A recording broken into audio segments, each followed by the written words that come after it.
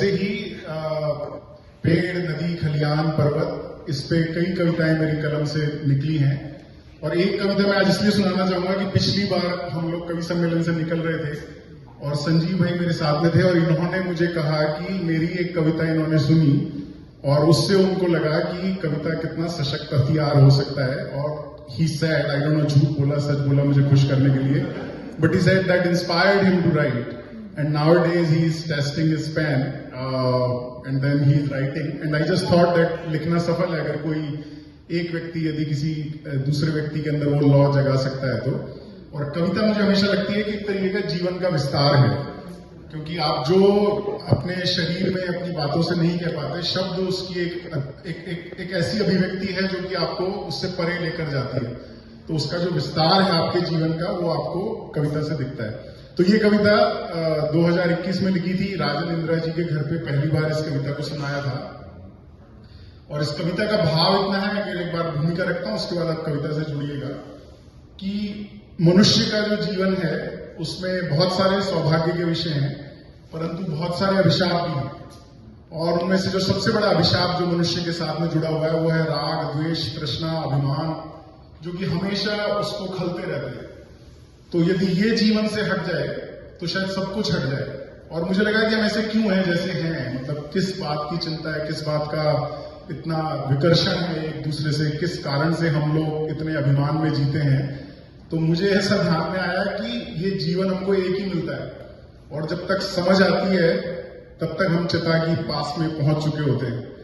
परंतु यदि ये जीवन हमें बार बार मिला होता, यदि हम लोग सच में इस जीवन को याद रख पाते, कहते तो हम पुनर्जन्म होता है पर याद नहीं रहता, तो शायद हमको जीवन का अर्थ समझ में आ जाता और अगला जीवन हमारा थोड़ा सा सामूहिक रूप से हम लोग सम्यक रूप से जी रहे होते।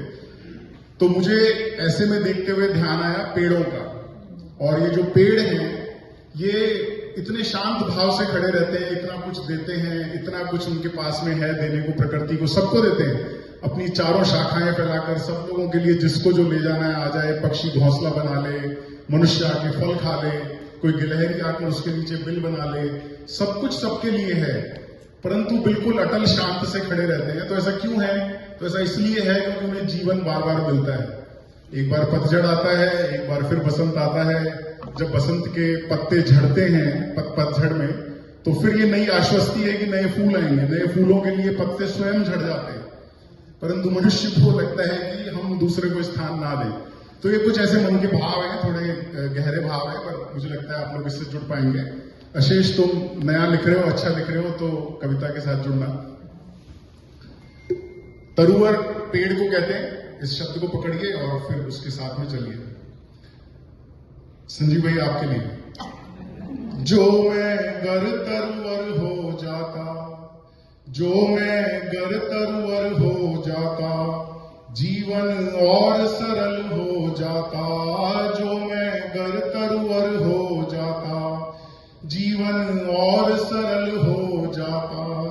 धरती का मैं डाल बिछौना ओढ़ चांदनी को सो जाता। जो मैं गर तरुवर हो जाता, जो मैं गर तरुवर हो जाता। और देखिए, हमें लगता है कि मृत्यु जो है उससे भय भी लगता है, हम उसको नकारते भी हैं, परंतु जो मृत्यु है वो नए जीवन का सृजन है। अगर ये पेड़ इन पत्तों, डालियों से, पत्तों से नहीं झड़ेंगे तो नए पुष्प कैसे आएंगे? तो बहुत ही आनंद भाव से उसे स्वीकारना चाहिए। हर जीवन का एक मरण है, मरने के ही बाद सृजन है। हर जीवन का एक मरण है, मरने के ही बाद सृजन है। पतझड़ की नंगी शाखों पर नई कोपलों का जीवन है। पतझड़ की नंगी शाखों पर नई कोपलों का जीवन है। जीवन का ये मर्म समझ कर, जीवन का ये मर्म समझ कर मैं भी धीर अटल हो जाता। जो मैं गर तरुवर हो जाता, जीवन और सरल हो जाता। और देखिए, वृक्ष हमें क्या सिखाता है?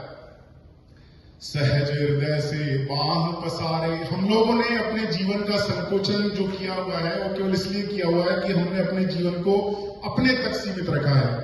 यदि हम वृक्ष से कुछ सीख सकते हैं तो सीखें। सहज हृदय से बाह पसारे, जिसने मन के खोले द्वारे।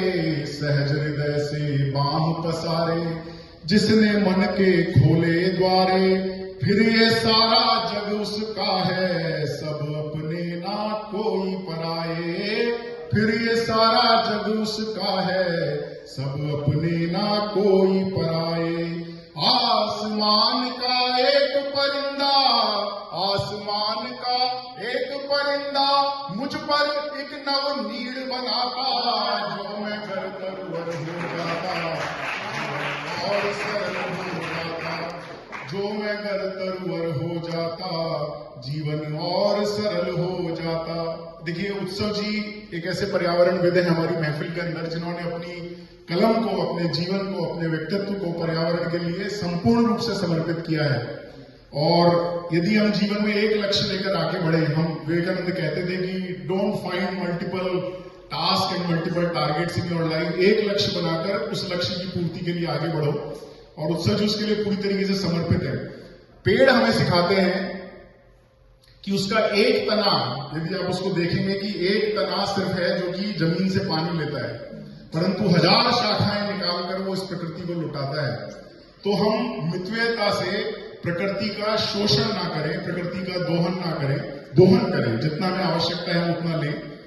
एक शाख से हासिल करना, 100 शाखाएं खोल लुटाना।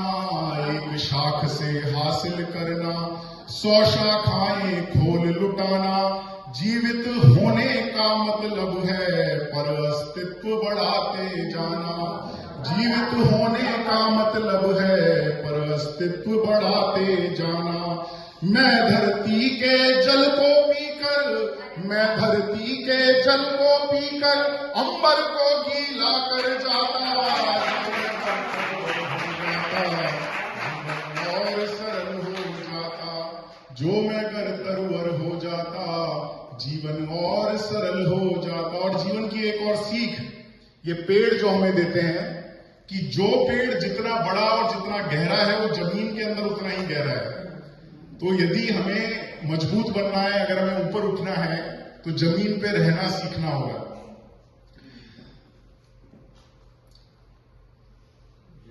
ऊपर उठने का मतलब है, ऊपर उठने का मतलब है भीतर से गहरे हो जाना। चंद्रशेखर बात से जुड़ी हो तो बताइएगा। ऊपर उठने का मतलब है भीतर से गहरे हो जाना। अपने अंतस की ज्वाला से बाहर उजियारा फैलाना। अपने अंतस की ज्वाला से बाहर उजियारा फैलाना। जितना रह पाता जमीन पर, जितना रह पाता जमीन पर, मान जगत का उतना पाता। जो मैं कर तरवर हो जाता और सरल हो जाता। जो मैं कर तरवर हो जाता, जीवन और सरल हो जाता। वो जमीन से पाता जीवन, खुद उसका जीवन बन जाता। वृक्ष की जब मृत्यु होती है, हम कभी नहीं कहते कि पेड़ की पॉपुलेशन बढ़ गई। उत्सव जी बहुत जनसंख्या को लेकर चिंतित रहते हैं, पर पेड़ की जनसंख्या से चिंतित नहीं होते, क्योंकि जब एक पेड़ इस धरती पर आता है तो वो धरती के जीवन को शोषित नहीं करता है, वो धरती के जीवन को बढ़ाता है।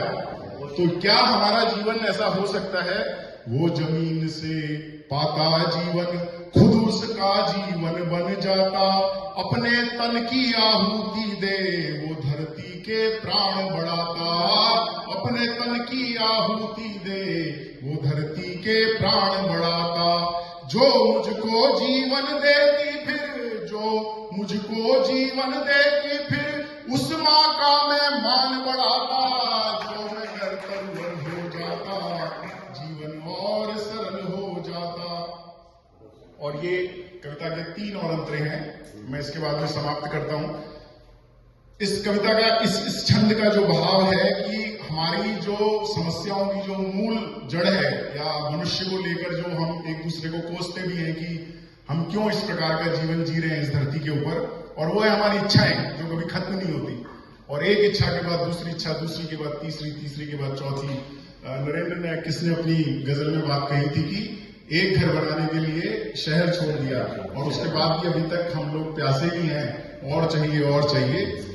रत्नाकर कहते हैं समुद्र को, तृष्णाएं इच्छाएं, तृष्णाएं रत्नाकर जैसी, इच्छाएं सागर के जैसी, सदा रहे तृप्त क्षुधासी। क्षुधा कहते हैं भूख को। तृष्णाएं रत्नाकर जैसी, सदा रहे तृप्त क्षुधासी, जितनी पूरी करना चाहो उतना ही कोलाहल भरती, जितनी पूरी करना चाहो उतना ही कोलाहल भरती। शांत झील सा मन धारण कर, शांत झील सा मन धारण कर, मैं संतृप्त अमर हो जाता, जो मैं घर तरवर हो जाता, जीवन और सरल हो जाता। क्या तेरा और क्या मेरा है, क्या तेरा और क्या मेरा है, जग मिथ्या है कोरी माया। क्या तेरा है। एक बार एक छोटी सी बात कहता हूं मैं, ज्यादा समय नहीं लूंगा। हमने एक घर लिया भारत में और उसमें सरकारी कागज के ऊपर लिखा हुआ था कि ये 99 साल की लीज पर है। तो मैंने मेरे भाई से पूछा कि ये तो 99 साल बाद क्या होगा, और उन्होंने पूछा 99 साल बाद तू रहेगा नहीं रहेगा। तो हम सब किराएदार हैं इस धरती पर, और ये तेरा और मेरा ना इस भ्रम में पता नहीं क्यों जीते रहते हैं। क्या तेरा और क्या मेरा है, जग मिथ्या है कोरी माया, हर जीवन का गणित शून्य है, ना कुछ खोया ना कुछ पाया। हर जीवन का गणित शून्य है, ना कुछ खोया ना कुछ पाया। जिस मिट्टी से पाया जीवन, जिस मिट्टी से पाया जीवन, उसमें मिल मिट्टी हो जाता, जो मैं घर तरवर हो जाता, जीवन और सरल हो जाता। और तस्नीम जी, ये आपके और मेरे लिए, तुझ में मैं हूँ मुझ में तू है, तुझ में मैं हूँ मुझ में तू है, हम सब में एक रब बसता है।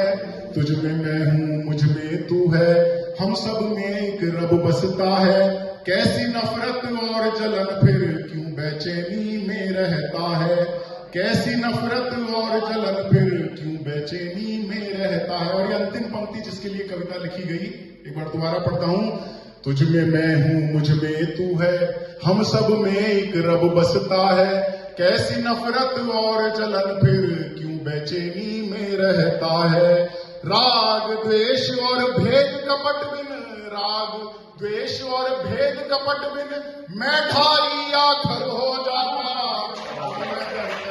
हो जाता, जीवन और सरल हो जाता, जो मैं घर तरवर हो जाता, जीवन और सरल हो जाता।